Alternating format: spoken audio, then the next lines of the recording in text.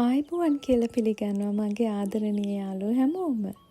අද අපි ඔයාලට අරගෙන ආවේ රසම රස ඒ වගේම හරිම ලස්සන කේක් එකක්. හරිම ලේසියෙන් හදාගන්න පුළුවන්. මේක කැරමල් මාබල් කේක් එකක්. උඩින්ම රටකජු දාලා තියෙනවා. ඉතින් බලමුකෝ කොහොමද හදන්නේ කියලා. මේ තියෙන්නේ ගෙදර හදපු කැරමල් සෝස් එක. හරි ලේසියි හදාගන්න. ඒක හැදුවේ මුලින්ම සීනි 150ක් මද ගින්දරේ ලිප තියෙනවා. ඊට පස්සේ සීනි වතුර දාන්නේ නැහැ. ඒක කැරමල් වෙන්න අරිනවා මේ විදිහට. ඒකට මම දානවා බටර් ග්‍රෑම් 45ක් නැත්නම් මේස හැඳි 3ක්. දාලා හොඳින් කලවම් කරගන්න.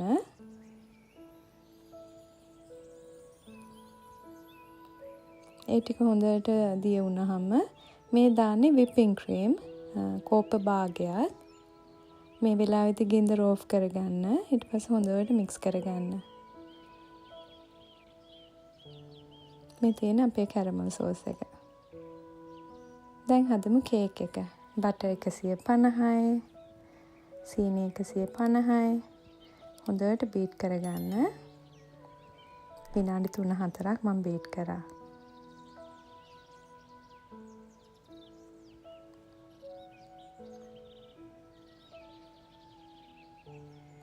හන්දකින් කලවම් කරලා ගන්න වටේ වැදිච්ච ඒවා. බිත්තර 3ක් දානවා. එකටම දාන්න. දාලා හොඳට බීට් කරගන්න විනාඩියක් විතර.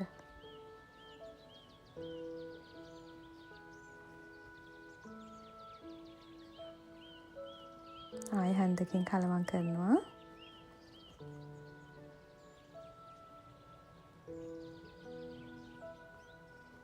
මේකටම පිටි එක හලා ගන්නවා ග්‍රෑම් 200ක්. ඔක්කොම එක සැරේ හලා ගන්න. බේකින් පවුඩර් තේ හැන්දයි.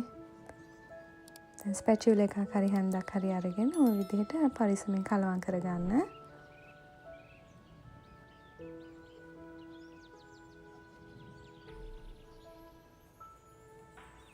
මේ දාන්නේ වැනිලා ආමන්ඩ් එසන්ස් චුට්ටක් දානවා තේ හැඳි භාගයක් විතර අත්‍යවශ්‍ය නැහැ. මේ කිරි කෝප්ප කාලක්. දැන් බීට් කරගන්න තප්පර 20ක් විතර වැඩි කරන්න එපා.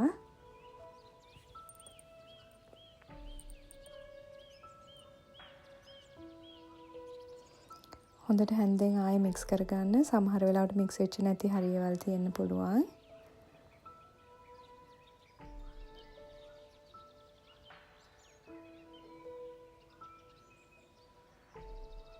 ප්‍රධාන බැටර් එක රෙඩි දැන්. දැන් මම කරන්නේ මේ බැටර් එකෙන් භාගයක් වෙන් කරගත්ත වෙන බෝල් එකකට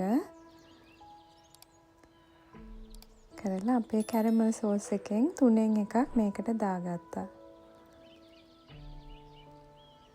දාලා ඔය විදිහට හොඳට මික්ස් කරගන්න.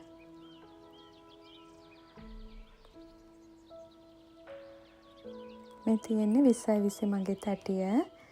මේකට මම ලොකු හැන්දකින් මේ විදිහට තනින් තනට දාගන්නවා සුදු බැට එක. මේ තියෙන කලවම් කරපු බැට එක. ඒක ඔන්න ඔය විදිහට දාගන්නවා. ඔයාලට කැමති විදිහට මික්ස් කරගන්න පුළුවන් බැටර් එක මේ විදිහට. මේ දාන්නේ කජු ටිකක්.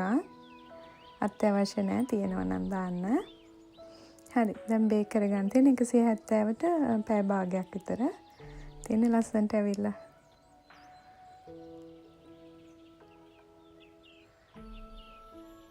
මේ අපේ ඉතුරු කැරමල් සෝස් එකට මම තව කජු ටිකක් දාගත්තා.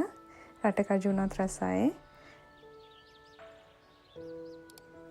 මම දැම්මේ කැෂු නට්ස් මේකෙදී. දාලා කේක් එක එළියට ගන්නවා. රස්නේ පිටිම ඔයාලට වැඩි කරන්න පුළුවන්. නිමනක ඉන්න ඕනේ නැහැ. හොඳට බේක් වෙලා තියෙනවා. ඉතින් අඩිය ලස්සනට ඇවිල්ලා. හරි සොෆ්ට් මේ ස්පොන්ජ් එක කේක් එක. දැන් අපේ කජු කැරමල් ඒක දාගන්නවා උඩින්. හොඳට ස්ප්‍රෙඩ් කරගන්න. දැන් කපන්න යන්නේ. බලන්න කොච්චර සොෆ්ට් එකට කැපෙනවද කියලා නේද?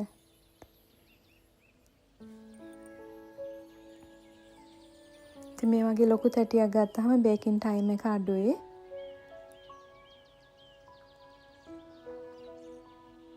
දැන් බලමුකෝ කෑල්ලක් අරගෙන.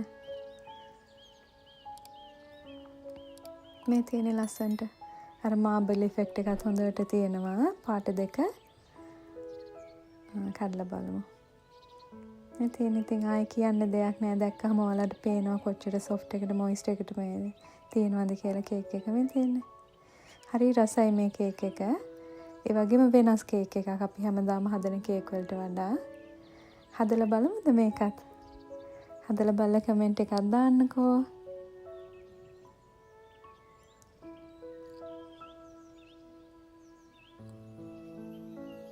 බලන්නකෝ ඒ කේක් කෑලි ලස්සන හොඳ දවසකට හරි අමුත්තන් ගෙදරට එන දවසකට හරි වුණත් ඔයාලට හැදුව හැකි. මේසෙට ලස්සනට තියේ. රවුන්ඩ් තැටියක හැදුවත් ලස්සනට තියේ.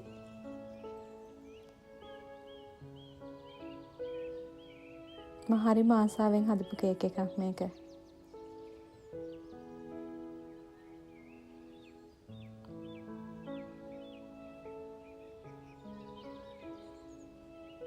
එහෙනම් ඔයාලට ගොඩාක් ස්තුතියි. ආයෙත් අලුත් රෙසිපි එකකින් අපි හමු වෙමු. ඔයාලට සුබ දවසක්.